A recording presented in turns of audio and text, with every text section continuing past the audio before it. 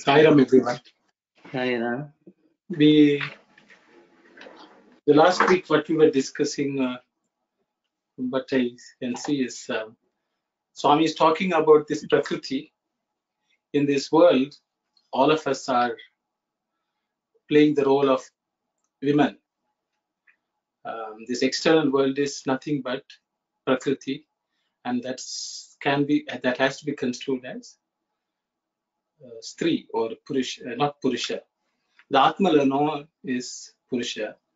And so we should all understand that in this world, the role which we are playing can be only attributed to Prakriti, and which is feminine in its aspect, where Purusha alone or the Atman alone is the Atman alone is Purusha or the masculine factor. And that's what we were discussing. So I will ask Sister Kalyani to read on, and so that we can continue. Swami, you may imagine it. Sorry, before Kalyani start reading, I have a couple of questions. If you could kindly clarify them for me, please. What is Mithya Swami is talking about? So in the previous paragraphs, you are born in Mithya, you are enmeshed in it, and so you cannot distinguish this from that, the Satya from the Asatya. What is this Mithya Swami is talking about? Okay, I think Swami has sort of addressed this earlier on in earlier in the Vagini. But anyway, I think it's always good to go back.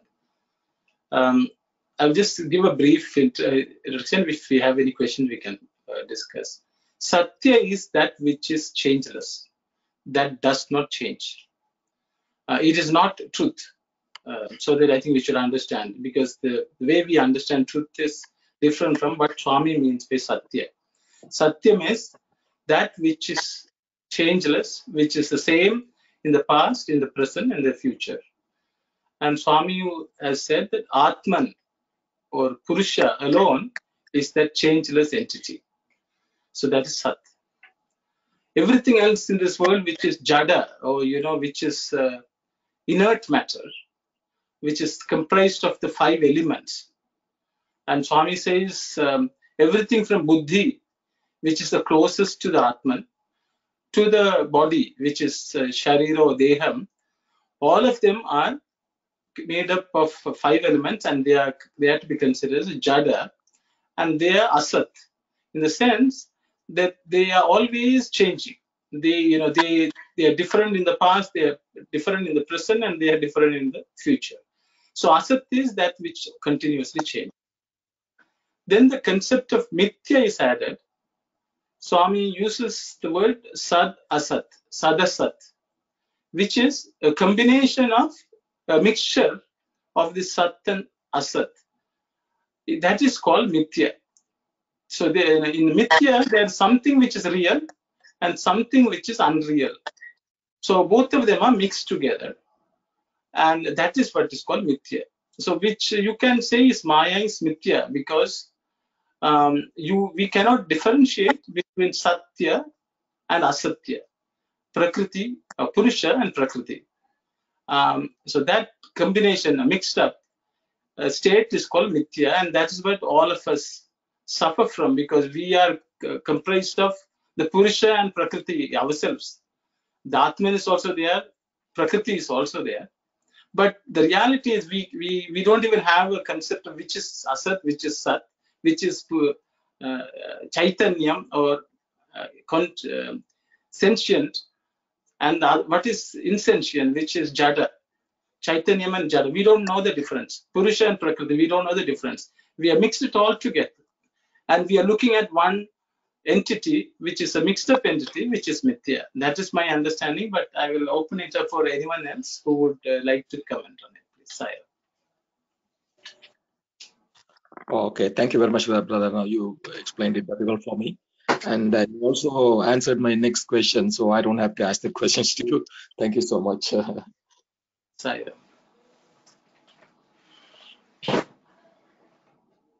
Okay, Sister Kalyani, you could. Swami, you may imagine it to be so, guided by your natural reason, but the reality is not that. All this is just secular experience, temporal, temporary. They are not the basic truth. This is simply play acting, mere impersonation. In some plays, men take the role of women. Sometimes women enact the role of men in plays. Are they therefore men? In the drama, Prakriti, all the actors are feminine, though there may be men's roles too. The genuine Purusha is only one, that is Shiva, the Atma. The Atma is immanent in everyone, but for this reason alone, all cannot be deemed masculine. The Prakriti theatre is like a girls' school, where all the roles of the play are taken up by girls. Shakti, which is feminine, puts on all these parts. But do not take the drama as real, my dear fellow. So Swami is again going to want to say, Swami says the role which we have put on is feminine because it's continuously changing. And the Atman or the Shiva, which is within us, is the real Purusha, that which does not change, that is Sat, and so on. So I will stop here. I think I've already discussed a bit of it, but I will open it up for anyone else to share your thoughts, please. Saira. Mm-hmm.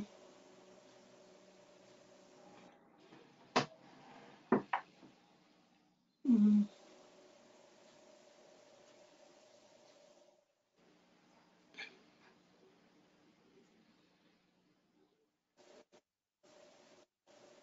Okay, so then we will go on, sister. Bhakta, Swami, even after hearing all this, the nature of the world remains an enigma to me. When one side is seen, it strikes me as real. When the other side is presented, it strikes me as unreal. Nothing is definite. Swami, that is exactly the nature of mithya, apparent truth. It means that the world is neither satya nor asatya. It is real as well as unreal. You are born in mithya. You are enmeshed in it, and you cannot distinguish this from that, the satya from the asatya. Bhakta, then setting aside this discussion of mithya, tell me something, Swami, about that satya, that Purusha, whoever he is. Thank you very much, sister. I think so. I didn't realize that the paragraphs are coming. Swami is again clearly explaining it to us. So I'm not going to add anything more. I think I will open it up for discussion, Saira.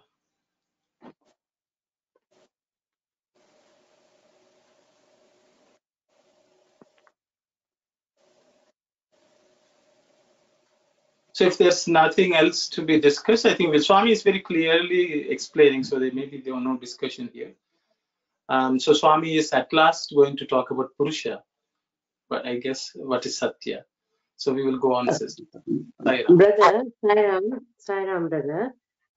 Why Swami is in this last sentence, he's saying, you cannot distinguish that, the Satya from Asatya.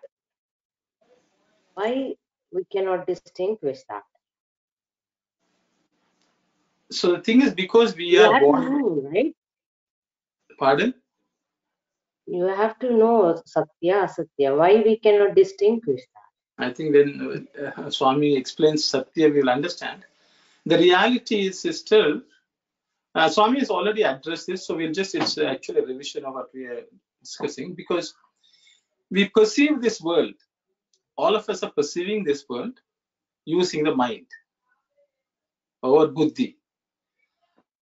Buddhi and manas are only asatya, means that which they don't change, they continuously change. They are jada. So what happens is this jada is incapable of understanding what is the Atman. So as long as we are using these instruments, we will never be able to understand what is Atman, because we are using the instruments which by themselves are asatya. In that process, that when you use these instruments, we sort of get confused which is satya, which is asatya. So I will just digress a little, because so what the rishis of the Vedic period realized was that whatever they observe in this world, only thing which they can know is that that is not Atman. So they brought a principle called neti, which is not this. So whatever we see, whatever we perceive, whatever we understand with our mind is not Atman.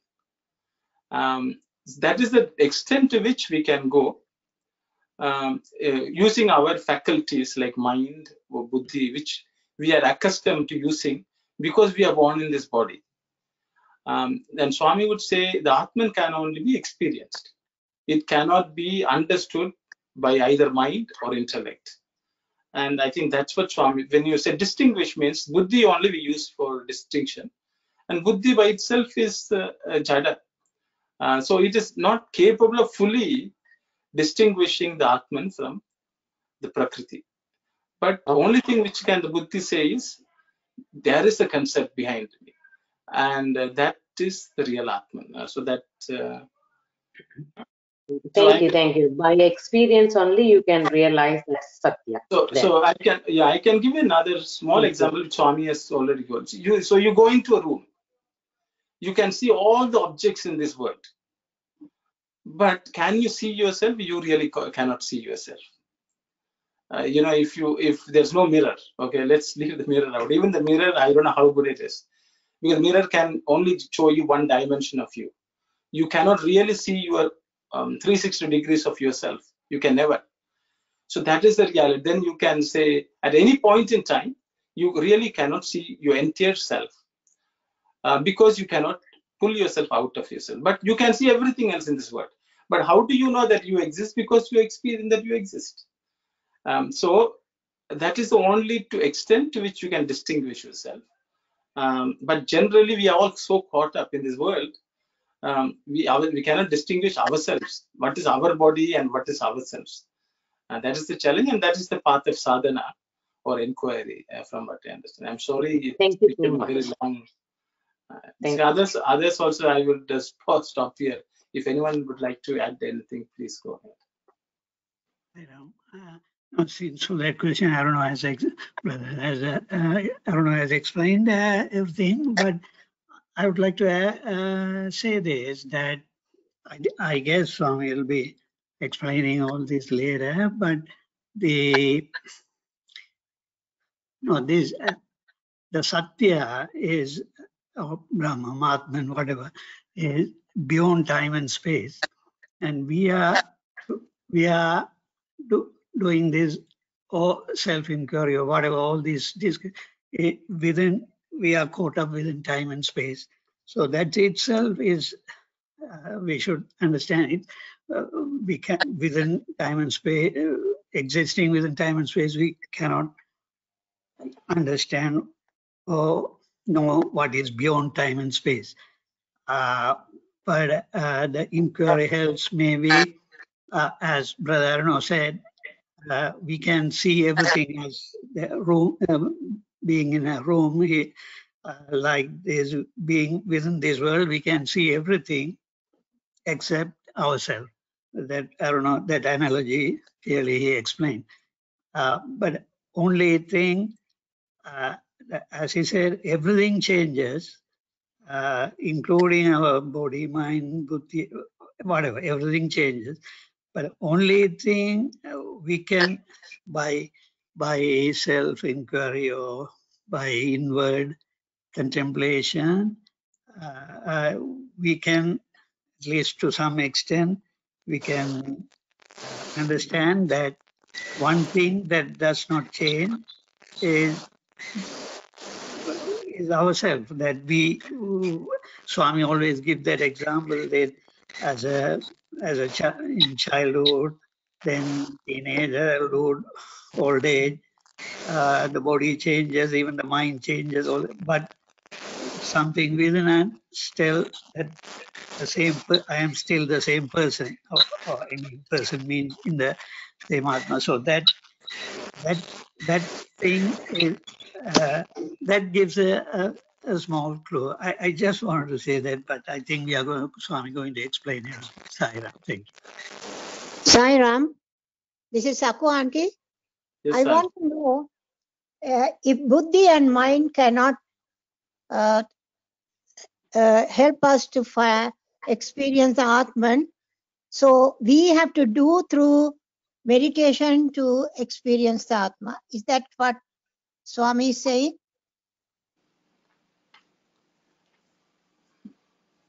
The meditation, so the concept of meditation, I think we are going to a different topic, Auntie.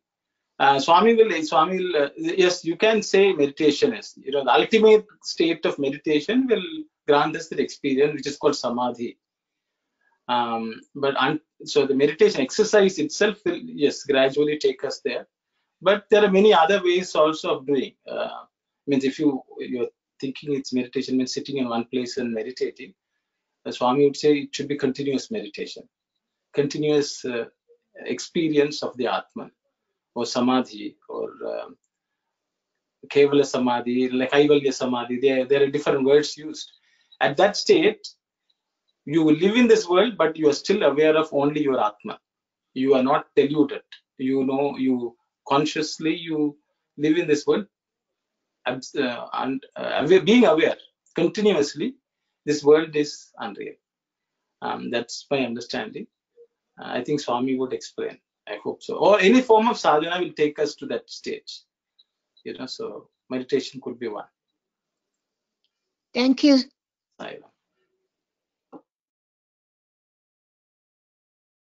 Okay, Sister Kalyani, you can read on.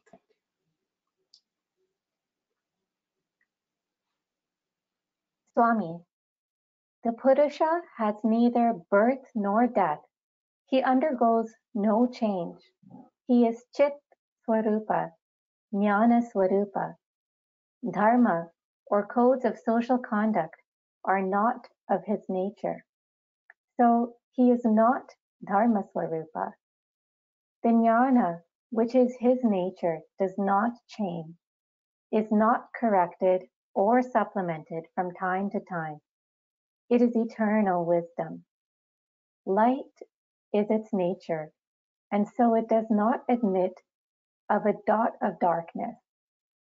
The sun does not have effulgence added to it from the world it illumines. It will emit splendor, whether there are worlds or no. The Purusha is self-luminous. He is always the object of knowledge. He cognizes all vrittis, or mutations of the chitta, or consciousness. He is modificationless, aparinami, unevolved. The chitta is parinami. It changes and evolves.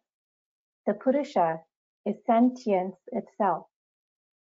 He is not affected by apprehension or non-apprehension. No vyapara or activity can affect him. Even when unmanifested, effulgence is his nature. So thank you very much, Sister. So Swami is going on to explain this concept of Atman, Purusha, or Brahman. So I don't think there's anything much I can add to this. So as Swami says, he's only Jnana Swarupa. He's not even Dharma Swarupa.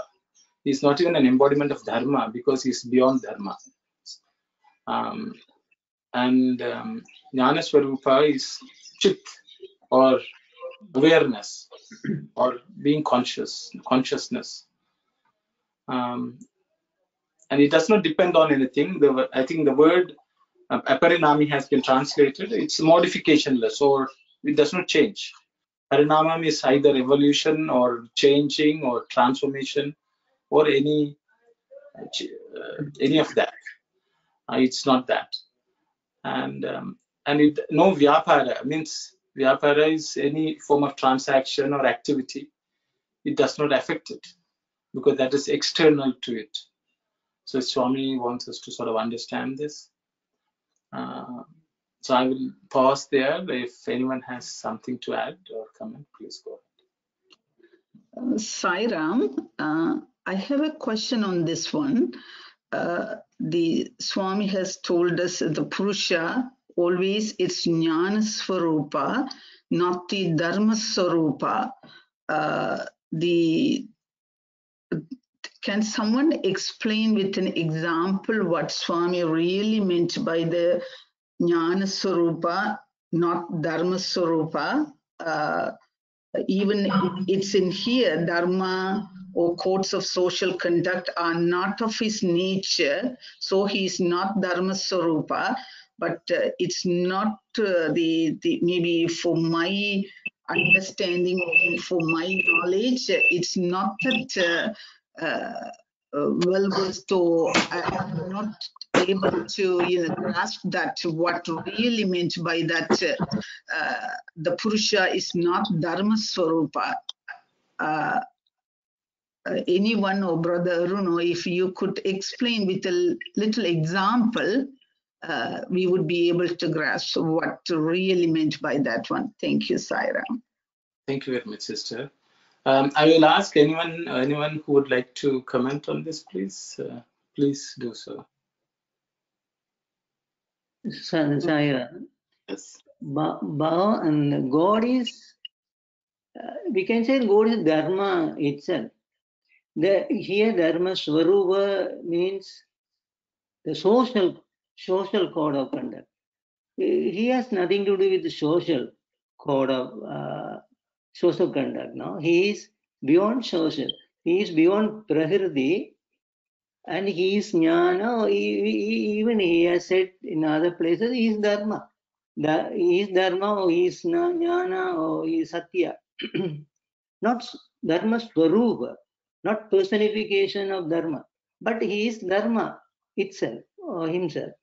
So that way also we can understand that.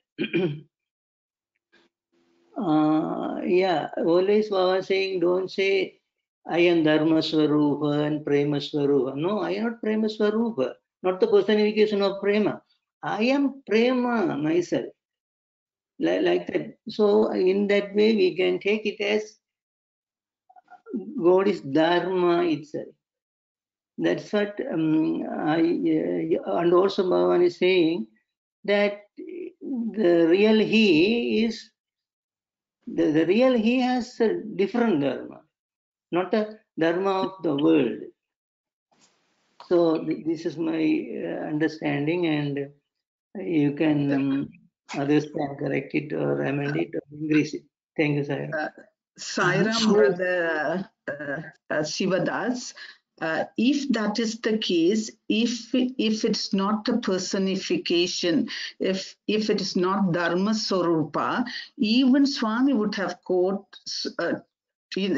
indicated that Chit is Swarupa, or the Jnanam, even Swami said Jnana Swarupa. He indicated personification, Jnana Swarupa. So my question in here, why only for Dharma Swami said the Purusha is not Dharma Swarupa. Maybe I could be missing something, but I thought maybe that sort of explanation, maybe some parts is missing here. Yeah, Sai Ram, go ahead. Sorry. Yeah, go ahead. No, Sai Ram, I thought myself the Dharma is included in Jnana. So it's a part of it. Jnana. Dharma is a part of Jnana. Jnana is the whole thing. This is the way I can see the Jnana Swarupa. Jnana Swarupa is the everything. Thank you, Sai Ram. Sai Ram, I just would like to say this. As Brother Shiva said, here I think what Swami means is the worldly dharma in the mundane level. We talk of dharma that Purusha or God or Atma is beyond all that. He is not confined to that. Worldly dharma also can change place to place, time to time, but he is Jnana Swarupa, because in the Vedas, one of the four Mahavakyas on which all these philosophies are based is Prajnanam Brahma. So that is what actually Swami means here. That's what I think. Sayonara. Anyone else would like to comment, please? So, there's an example that in Mahabharata that Krishna was telling that when the Aswatthama died, that died is an elephant that asked the Dharmaraja to say that. But why he says that he has to establish the dharma is there, that his dharma is that protect the good people and destroy the bad people. That place is his dharma is there. That's why he asked him to tell the little lie there. But that intention is establish the dharma is there. The God is always dharma, Sarupa. He's not Sarupa, but he is dharma. Sometimes it's changing that according to the welfare of the world. That's the ways that we are learning about this Sarupa, I guess. Silent.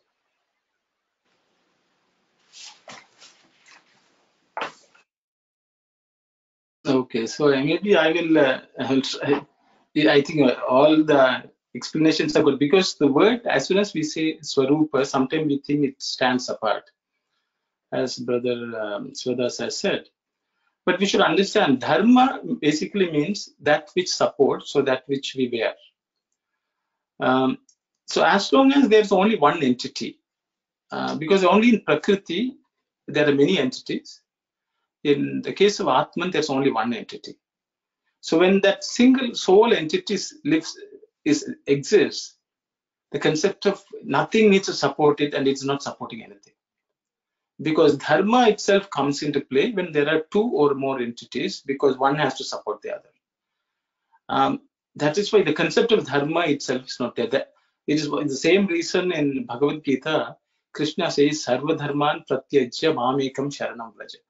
Means give up all dharmas. But you go to what's called, Swami will say, Atma Dharma. So the Atma Dharma is there because dharma itself doesn't mean anything at that point, because Atman alone exists, because it's not either supporting anything, nor it is supported by anything else. It does not wear anything. It does not wear, it doesn't need to wear anything to something else. When there are no two entities, the concept of dharma doesn't come into play, because only the dharma we say, you should treat somebody well, or moral codes and contexts. All that comes into play only when multiplicity exists. When unity exists, on one thing exists, the concept of dharma doesn't exist. But that which exists alone is capable of awareness. It's consciousness, Chat, Chit, and Anandam. So that is why it is Chit. As Brother Swadas has already said, even though from our sense, we can say it's Swarupa, that is Chit itself. But as far as this world is concerned, that Atman, Purusha is the dharma also, as Brother said. But when we take it as itself, as without the Prakriti, ignoring the Prakriti, the multiplicity, Purusha doesn't have dharma. It has only dharma in relation to what is created in this world. But it's conscious, completely consciousness. So Swami goes on to explain what is sun. The sun is the best one, because sun, it does not have to support anything, neither it supports itself. It just exists. But the entire world is dependent on it. Our earth is dependent on the sun. But whether this earth is there or not, sun will not, it does not affect the sun. It will still be effulgent. So that's why Swami says, that's why Swami has used the word sun to explain this to us. He says, light is sun does not have effulgence added to it from the world it illumines. It will emit splendor whether there are worlds or no. Whether earth exists or not, the sun will still be effulgent. But the earth depends on the sun. So the earth will say, I am dependent on sun. That is why it is supported by the sun. But the sun is not trying to support it. Okay, so that is why Swami is giving that explanation and explaining to us, understand that God does not have any dharma. That is why for him, good people also say, bad people also say. For him, because he will make all of them live in this world. But the thing is, of course, all of us have to face the consequences of whatever we do. That is part of natural law. But God is just a witness. He is not even supporting either good action, nor is he supporting bad action. He just supports all people. He doesn't even try to support. He just is. But the world feels supported by God or the Purusha. And I think Swami is giving the example of sun. So the sun doesn't have dharma. It will burn. It will. So if you stand outside, it will burn. It is not distinguishing. I should not burn. It just emits heat and light, and it's there. It's there. That's the way God is what Swami says. So that's my understanding. But I will stop here. Others can explain their thoughts.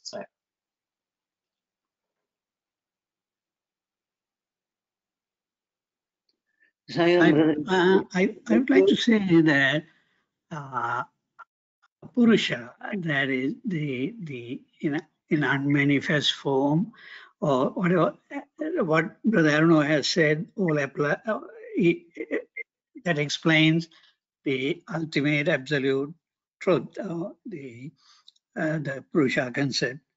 But then in our philosophy, it's the next in the manifested level, Ishvara concept. That's my understanding. In Ishvara concept, Ishvara is the next level. So he supports. I mean, the dharma concept dharma. Everyone has to follow their dharma, and to protect dharma, Ishvara will do, and that's the all these avatar happens. And even for Swami, he has said the 4 reasons why he took the avatar and all that. That's all applies to the Ishvara concept. But beyond that, the Purusha concept, even that is not there. As that is what Brother Arno has explained. That's my understanding, Sai. Thank you very much, brother. Thank you very much. Yeah, people, I think we should not be under the impression that if you're in the spiritual path in this world, we don't have to follow dharma. In this existence where we separate and we are living in this mithya world, dharma is essential, and God is our dharma. On him only we are supported, and he would expect us to, day-to-day life, follow that. But we should understand that as a concept, that Purusha, as in an unmanifest form, which cannot be understood by our faculties, in that stage, there's no dharma concept. But in relative to our own existence, yes, dharma, he is the embodiment of dharma. As brother said, Ishvara, which is the first stage in creation itself. God takes the form of Ishvara, and then there's Shiva and Shakti, and so on. Sai, thank you very much.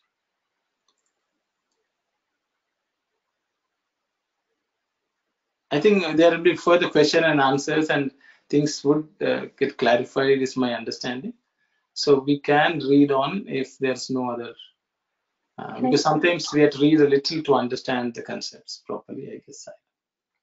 Can I just ask a quick question about the second paragraph where it says the chitta is parinami, it changes and evolves. So here chitta is referring to mind in general? Yeah. Yes. I think the translation is not accurate. They've translated it as consciousness. I would beg to differ there. Chittam is an aspect of mind, yes. Okay. And where it says he is the object of knowledge, I always thought it was kind of referred to as like the world is kind of objective and these are all objects. And then the subjective, that's kind of where the Atman is, like inward subject.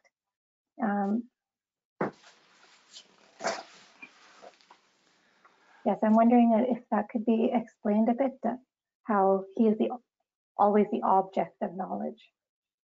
So I think the translation, is a bit confusing. I will just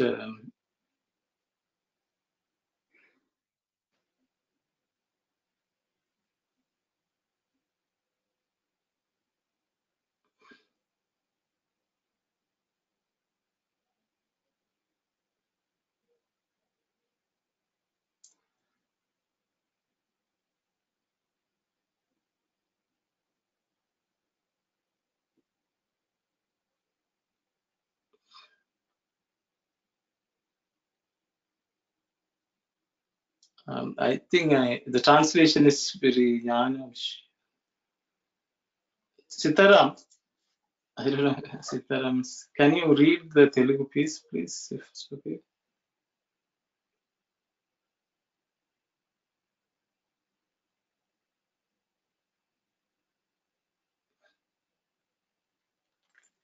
So I will come back to you, Sister Kalyani. You read on if you don't mind. Okay, yeah. And can I just ask another question about the Vyapara? So that means you said like a transactional activity, and I've heard that the external world, like it's about transaction. So when I think of transaction, I just kind of think of, going to the store and exchanging money for something.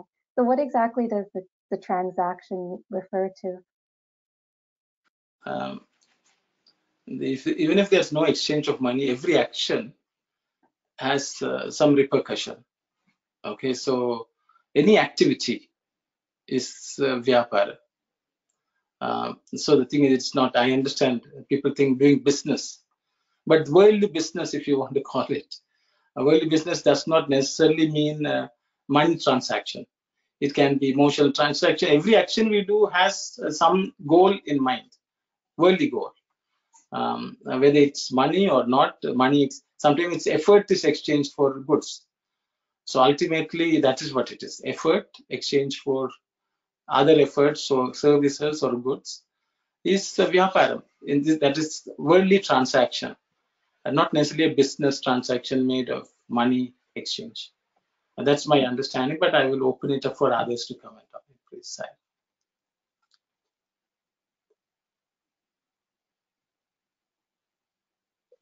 So is it that everything that we do in the world that's not related to sadhana or not related to self-realization, is everything else transactional? Yes, that's my understanding, but others can comment, please.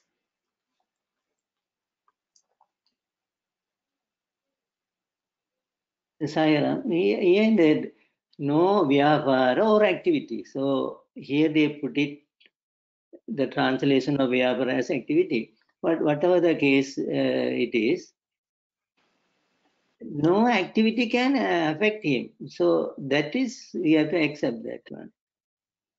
So even here in the just above, Bhagawan is talking about chitta vrittis. So in chitta, what is the mind stuff, we call it mind stuff.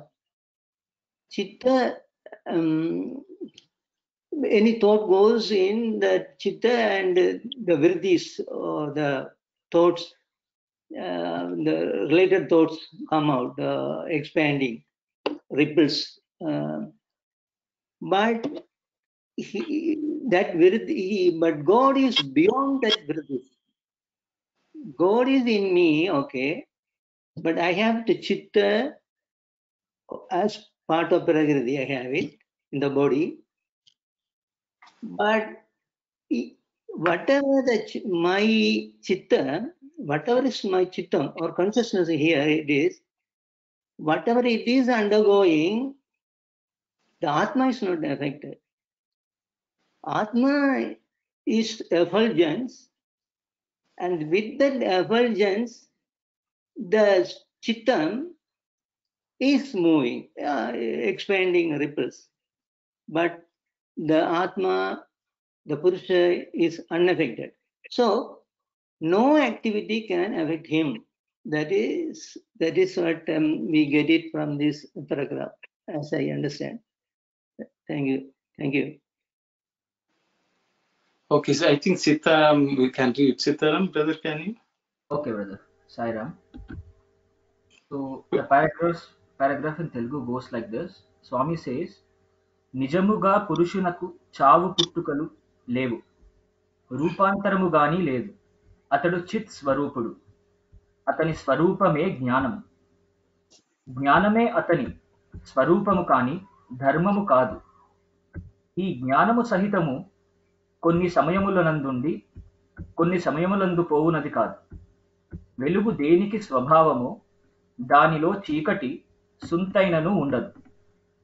ప్రపంచము వలన సూర్యునికి ప్రకాశము కలుగలేదు. ప్రపంచముండినను లేకుండినను సూర్యుడు ప్రకాశించుచునే ఉండును. దేనికి ఏది స్వభావమో అది ఏనాటికి పోదు. పురుషుడు స్వప్రకాశకుడు. అతడు సదా జ్ఞాత విషయుండు. చిత్తమున ఏ వృత్తి కలిగినను అతనికే తెలియను. Okay, so I think we'll stop here, brother. Is it Teluyunu? Yes, sir. Okay, I think the print It is printed as Tetiyunu. It is I know. Okay, that's why I was a bit confused. I thought it's better you read. Okay. Because I thought it should be Teluyunu, but it says Tetiyunu. Thank you very much. So I think this is the question. So sister, I think the question is Atadu Sada Nyata Vishayundu. Is that right, Sitaram? Yes, brother. Okay, so the thing is, what Swami says is, when we cognize anything, see, when we cognize anything, actually what we are cognizing is Purusha. Because everything else it's imagined. The real object, the real thing, which Vishayam, of substance which we are actually perceiving is that. But, so that's the only thing which is there to be perceived. So for example, if we give the example of the rope and the snake, if the rope is the real object which you're perceiving, but not the thing which you're perceiving as snake. Okay, so that's the real substance. The real substance is the rope, but you are actually perceiving the superimposition. So what is there to be known is only the rope. You can't know the snake because the snake doesn't exist. So the real object, whatever we see in this world, if you look around, actually we are seeing Atman. But we have superimposed other things and we are thinking that we are perceiving them. So that which is to be known by us is only that Atman. Okay, I think that's what I understand. So what Swami is saying is, whatever the Chittam, our mind perceives is known to consciousness. Okay, even that is actually, for example, if you say I have this thought, okay, your mind is thinking a thought, but if you stand up and you can observe even the thought, who is that person who is thinking, so Chittam may not be able to understand the Atman, but Atman can see it, and Atman can even see Chittam. At the same time, what Chittam is actually trying to perceive is Atman, but without its understanding that it's Atman. That is what I understand from this. Sitaram, do you have anything to add, or? Nothing, brother. Just one example which Swami often gives. Yes. About the magnet and the iron fillings around it. So I think that example also gives us a little more understanding. Even our minds can grasp that example, wherein Swami says the magnet by itself has that magnetism. So that is the prakasham, which is the just like the sunlight, which Swami gives the example, and the iron fillings around it is like prakriti. The iron fillings, when they attach to magnet, they also have the magnetism. But it is like superimposition, the superimposition of the reality on unreality. And once you identify that this iron fillings by nature do not have the magnetism, that's when the superimposition is completely nullified and you find that the actual reason is magnet. So I think maybe that example is also that example has helped me to understand this concept a little more easier. So I thought I'd mention that. Sairam. Thank you very much, brother. And I think, Sister Kalyani, the word object which is used here is the confusing word. The word Swami uses is Vishaya. When you say Vishaya, object is not a good translation. Though we tend to translate as objects. Vishayam can also mean principle or substance. I think a word substance is a better translation of the word Vishaya, from my understanding, because that is the only thing of substance. Okay, so if he is always the substance of knowledge. Okay, so that means he is the knowledge, and he is the one who knows, and he is the one, everything is him, Atman. Okay, so I think the word object may have sort of caused a bit confusion, because that's the way it's used, object and subject. So but actually, Vishayam can be subject also. Okay, Sitaram, is that okay? Yes, brother. I think English doesn't have the right word to say. It's the combination of object and subject. If there is So the subject word, in English, then that's the right translation. So anyone who understands Tamil or any Indian language will understand Vishayam. Okay, so that's okay. Thank you, Saira. I think yes. Sairam, one more clarification on just in the word. In the second paragraph, the chitta is parinami. In this context, we elaborate the chitta is mind. In some other in the chapters, we also learn the chitta is memory too, manam putti sittam, or the mind, intellect, and memory. In that particular thing, the chitta means memory too. So maybe in this particular context, chitta is mind, or two different chitta. Okay, good question, sister. The mind, even though there are 4 aspects of it, Swami always calls it the 4 functions of the mind. Manas, Buddhi, Chittam, Ahankaram, because they're all part of the larger entity, or the greater mind, if you want to call it. Okay, but within that, different faculties have different issues. Buddhi has its own issues. Chittam has its own issues, which is basically, that's why Swami has used the word vritti. Vritti means permutation. Things sort of get collected and it continuously changes. That is Chittam. That is the container in which all impressions are collected and they go through modifications. Like, for example, if we are thinking, we actually all functions, there is a mind which is perceiving, and that impression is stored in the Chittam, then that is modified. So Chitta is the one which continuously modifies. For example, if I saw something, that's perception, which is mind. Then we put that impression into the Chittam, it's a pot, and then you churn. You analyze it this way, you analyze it that way, and it continuously changes. So that thought process goes inside the Chittam, the container aspect of the mind. So that's why Swami has used the word Chittam, from what I understand, because that's where you store the impressions. But it is a function of the mind, and that's my understanding. But I will open it up for others to discuss as well. Saira. Sairam, brother, that's good. But at the same time, the memory, when we say the memory, Chittam is memory as well, no? You know that. You understand. You said that about before too. So the memory is some karas. There is a past impressions. Past impressions are stored in the chitta. So all knowledge, all experience are stored in the chitta. So when I see a new thing, and that goes into the chitta, and the chitta analyzes, and they recognize, it is an elephant. So the chitta vritti takes place to analyze the object. So the chittam is paranami, because it is changing, it is evolving. Actually, it is evolving. More and more we do sadhana, the chitta evolves, and at one time the chitta get dissipated because there's no past samskaras, impressions.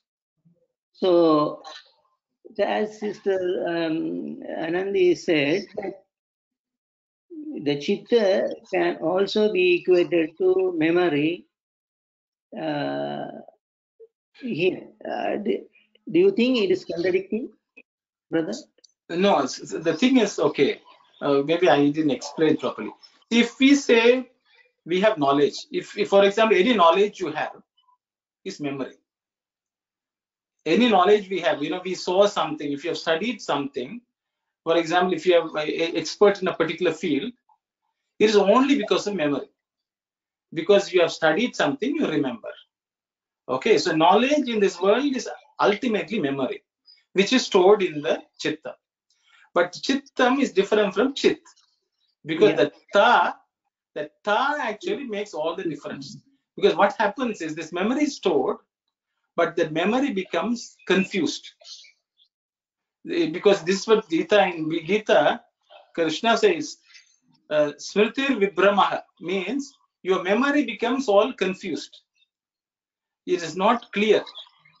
Okay, so when the memory is stored in a manner which is not tainted, then that remains as chit, which is knowledge. Okay, knowledge is nothing but memory. But the thing is, when that changes, then that becomes problem. So if I give an example, let me give an example. You look at someone and say this person is good. Okay, based on some object, some knowledge. So that is a piece of information. But then that is the ultimate conclusion of you, this person is good. Then after some time that person does something else, and then that's a new piece of information, and now you say this person is bad.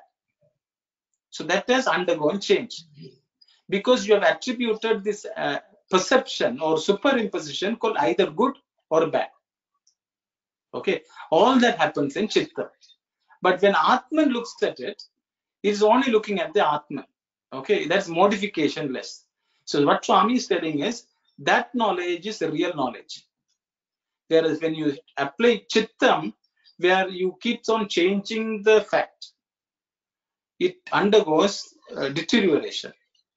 And so in yoga or meditation, the whole idea is not to let anything remain in memory. Okay, because if you put, just like food, if you cook that day, it is good food.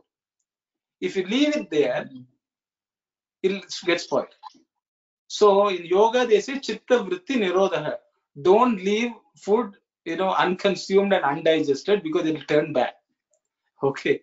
So sometimes the memory, which functions as knowledge in this world, can go into various modifications, which the real knowledge does not go through.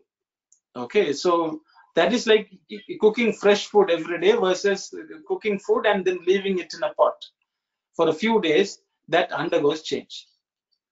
So that is the difference between how Atman looks at knowledge, Purusha looks at knowledge, or the Chit Satya looks at knowledge, and how the human mind looks at knowledge. It does not let it deteriorate and modify itself. That's my understanding. I hope I have not confused the matter further. And that is why Swami is using the word knowledge and Chitta sort of in the same, explaining the same thing. Saira. It's a very good explanation, brother, and brother Sivadas, and both you have explained very well. Now I understood. Thank you, Saira.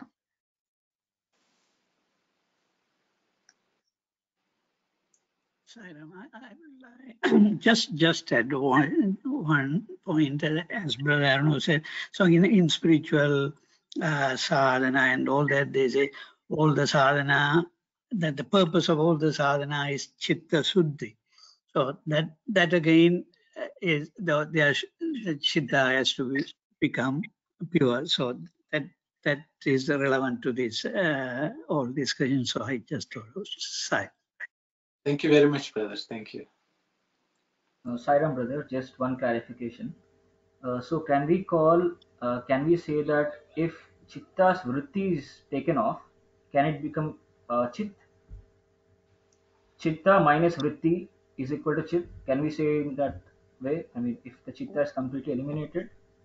So, so my understanding, brother, is when chitta vritti is removed, chitta, even if it exists separately, will reflect the real chit. It will not modify the light which comes from Atman, because after all, we live in this world and chitta belongs to this world. So the thing is, if impurities are removed, then it's as good as chit, because it's reflecting the real effulgence of chit itself. And I think that's the whole process of sadhana, is my understanding. So it will remain still separate as long as we exist separately in this body, but it will reflect total effulgence or the light from chit, which is Atman. And the whole sadhana is for that purpose, is my understanding, Saira. Others can comment, please, Saira. Yeah, it is very good. Sitaram mentioned it, and even I usually I don't like to quote other things, but in the Thiruvashagam, it's Sittamalam Aruvittu Sivamaki Enayand. So Sittamalam, that is the Sitta with impure thoughts. When it's, as Brother Vimelation said, if the God has to cut it asunder, the Siddha. So and then it is Siva. So both what Chidaram said and what Arno said all comes to this, that when the Vriddhis are removed and that Chitta become Chit, and it reflects, as Brother Arno said, it reflects 100% the luminosity of the Purusha. So that's what I like to say. Thank you, Saira. Sairam, brother. Thank you. Thank you. Okay, Sister Kalyani, maybe we can read on. The seed in the soil grows into a tree. The tree is the manifested form of the seed. This change from seed to tree and tree to seed shows that the Shakti in the seed has Vyapara. This is Parinama, but the Purusha is unchanging, unaffected. He is a seer. He is completely apart from Prakriti. No deed can diminish his glory, nor exhaust his personality. Bhakta.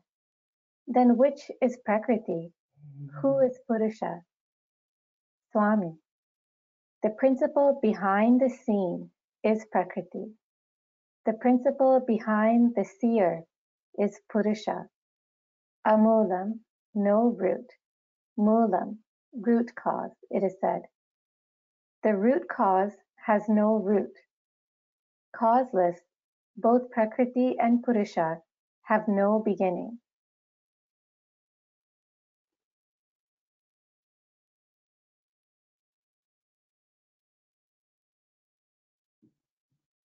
So Swami, it's so Swami explains the concept of the seed and the tree which grows.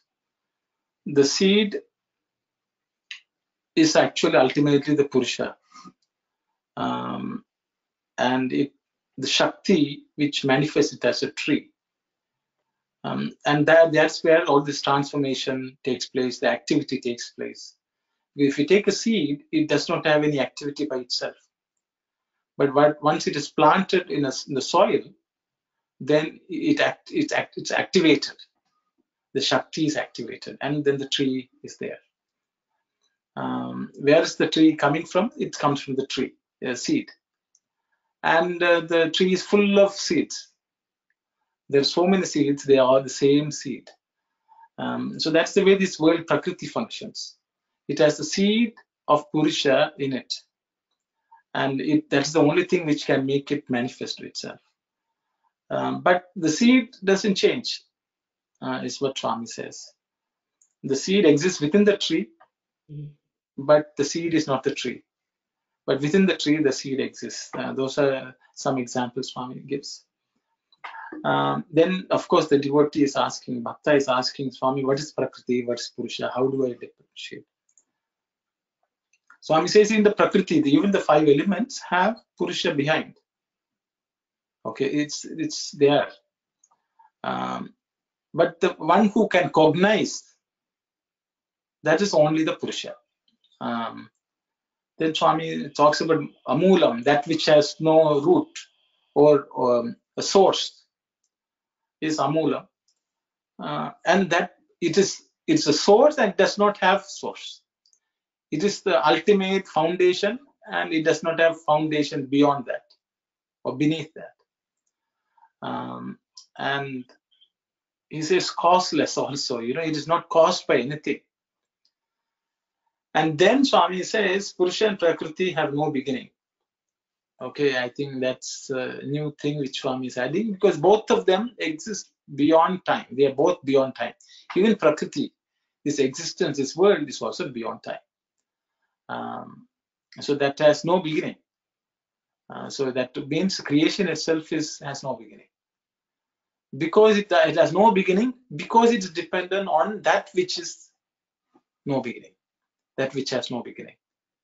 That is why Prakriti does not have any beginning, because it is the change has always been there, and change will not be there also. I will stop here. If anyone would like to comment, please go ahead.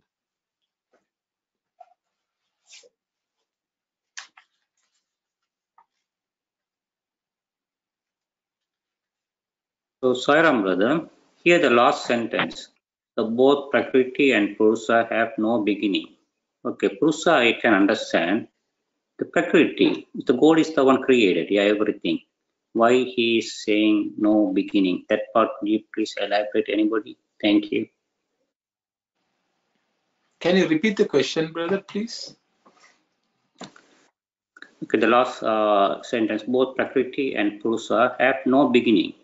Purusha, I can understand there's no beginning, is Atma, God. But the Prakriti, whatever we are seeing, all whatever the creation is all Mayas. But that is created by the God, yeah? There should be that part I didn't understand. Could you please explain? Anyone would like to comment, please? Sairam, we have been discussing these things in other study circles. So there is a cycle of evolution and involution. So this is going on forever and ever. The world expands, then contracts, and go to the original Akasa state. Akasa is the basic element, which is the Prakriti, the finest Prakriti is the Akasa. So Akasa is there, and Purusha is there. With in the presence of that effulgent Purusha, the Prakriti started moving. When actually the avyakta state, in the unmanifested Akasa state, all 3 gunas are in equilibrium. So at a time that in the presence of that Purusha, the effulgence of God, these Akasa get disturbed, and the universe is taking birth, and it's enlarging, and it will stop, and then it starts to contract and go to the original Akasa.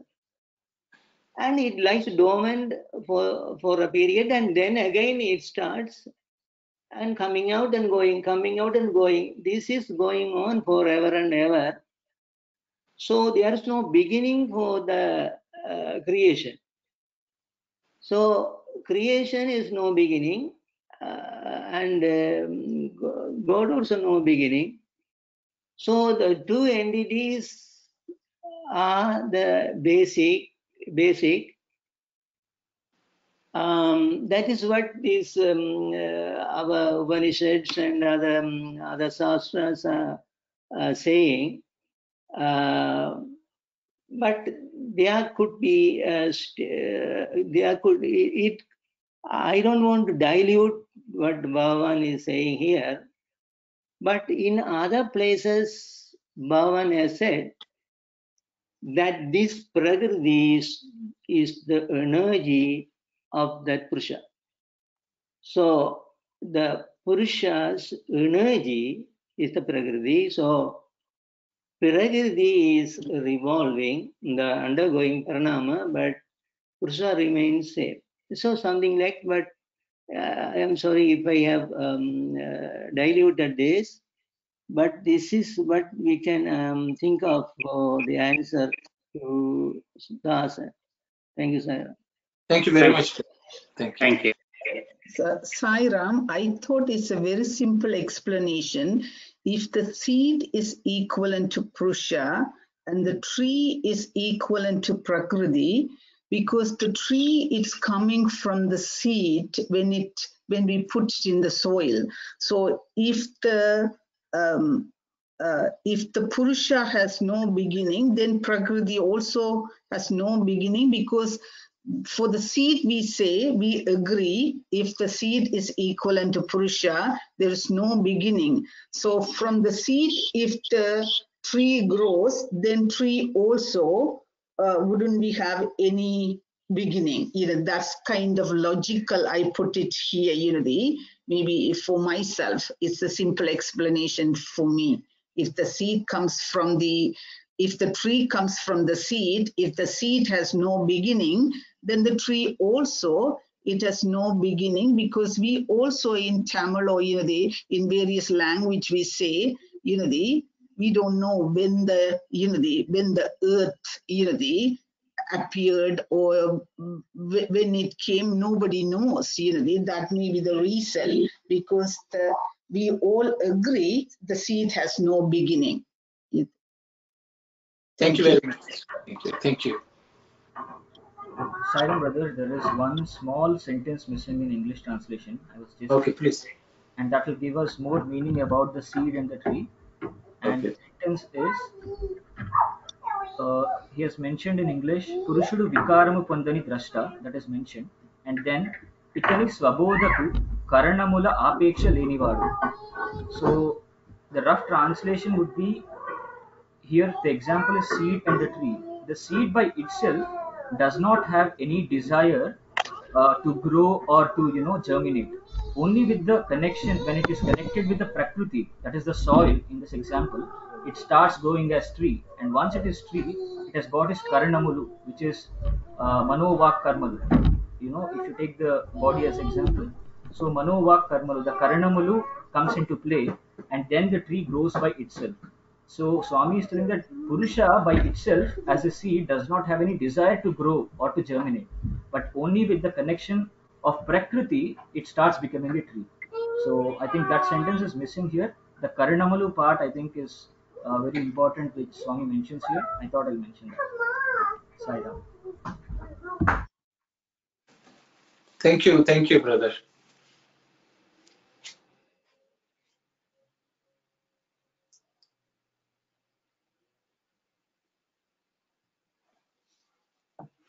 Okay, if anyone is okay, we can proceed further.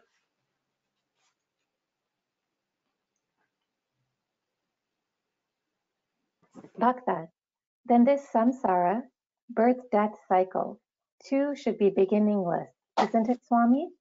It resulted from the union of the two. Swami, that union is the result of delusion. Prompted by delusion, it produces delusion again. That is the law of the seed and the tree. Bhakta, union means what, Swami? What is the condition? I think you read the next also, sister.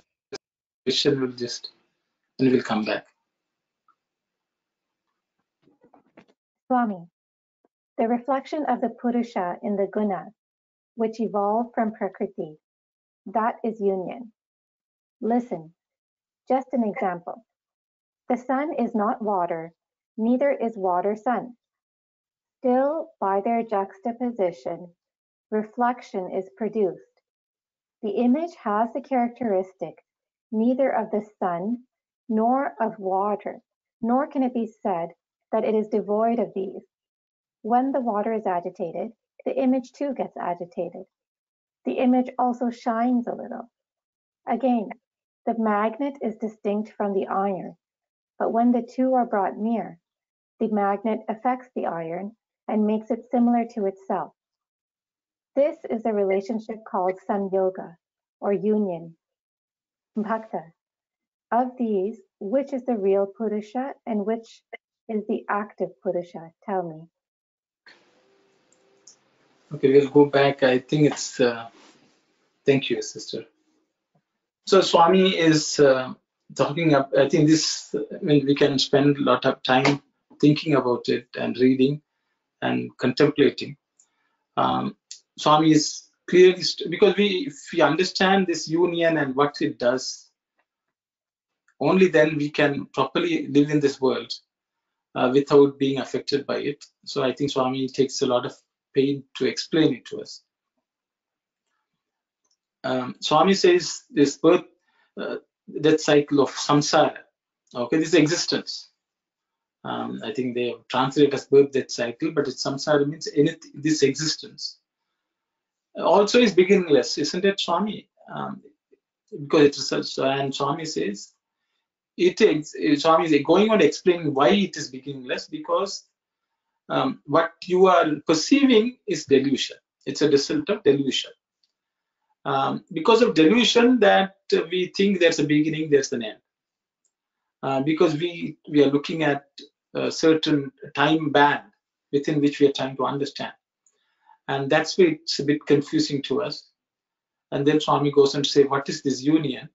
Then Swami gives the example of the sun and the water, where because this light of the sun falls on the water, then we see the image of the sun in the water. And that image neither is the sun nor the water, but that's the image which is actually the mithya, which we all perceive. If we take the sun as the Purusha, water as the Prakriti, when that sun is reflected in this Prakriti, we look at the image of sun in the Prakriti and think that is real. That is the samsara. There's earth, so water Swami is equating to Prakriti.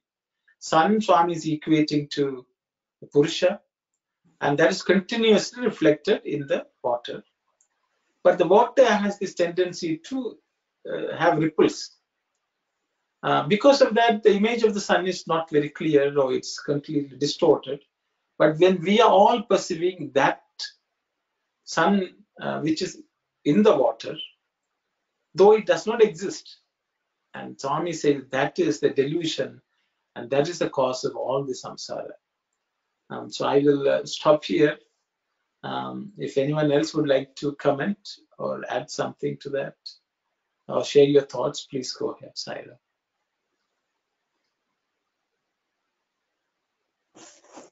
Sairam, Brother Arno, in this paragraph, Swami is saying the reflection of the Purushas in the Gunas. What is he meant by that Gunas here? Thank you, Sairam. Okay. Anyone else would like to explain, share your thoughts, please? No, Sairam, but the gunas which evolve from Prakriti. So we have to read it totally. So reflection of the Purusha in the Prakriti. That's the meaning there. So because Prakriti has 3 gunas, Sattva, Rajas, Tamas. So reflection of the Purusha in the gunas which evolve from Prakriti, that is the union. So the Samyoga, what is Samyoga? What is the union? Can God unite with, can a sentient God unite with insentient Jada? So the question arises like that, no? So Bhagavan is saying, no, the definition of union is reflection is taking place. The Prakriti is full of effulgence. The Purusha is full of effulgence. So that effulgence is reflected in the 3 gunas of Prakriti. That is called union. That's what the first sentence talks about, according to my understanding. That's what Brother Arul is asking. Yes. Thank you. Thank you. Just to add to that, the thing is, gunas, see, the sun does not have the ripples, but the water has the tendency to ripple. The ripples are nothing but the gunas, because they're continuously changing, vying from each other. Yeah. So, sun does not have gunas, but the water has gunas. Okay. So what happens is, if the gunas are all in balance, the reflection of the sun will be perfect. But when the gunas are active and they are rippling, then that is why we see the samsara. So the whole purpose of sadhana is to balance the gunas in such a way that the water reflects the proper image of the sun. And then that sun does not be tainted, it will not be distorted, we will see the Atman properly in the world. But as soon as these ripples are there, which are the gunas, interplay of the gunas, then the samsara exists. That is why, we go through sorrows, joy, everything, because of the ripples. And Swami says the whole purpose of sadhana, from what we can see, is to steady these ripples by balancing the gunas, so they come to a state of equanimity. And that steady state, the sun's light will be reflected on the water, and we will see the sun as is. That is this existence, and so I think that's what I understand. But Swami says there is no real union other than the reflection. When that is reflected in this Prakriti, when Purusha's effulgence reflects in Prakriti, that is what we see really. So I will stop there. If anyone has something to comment, please do so. Sai. Thank you, brother. It's very good. Thank you.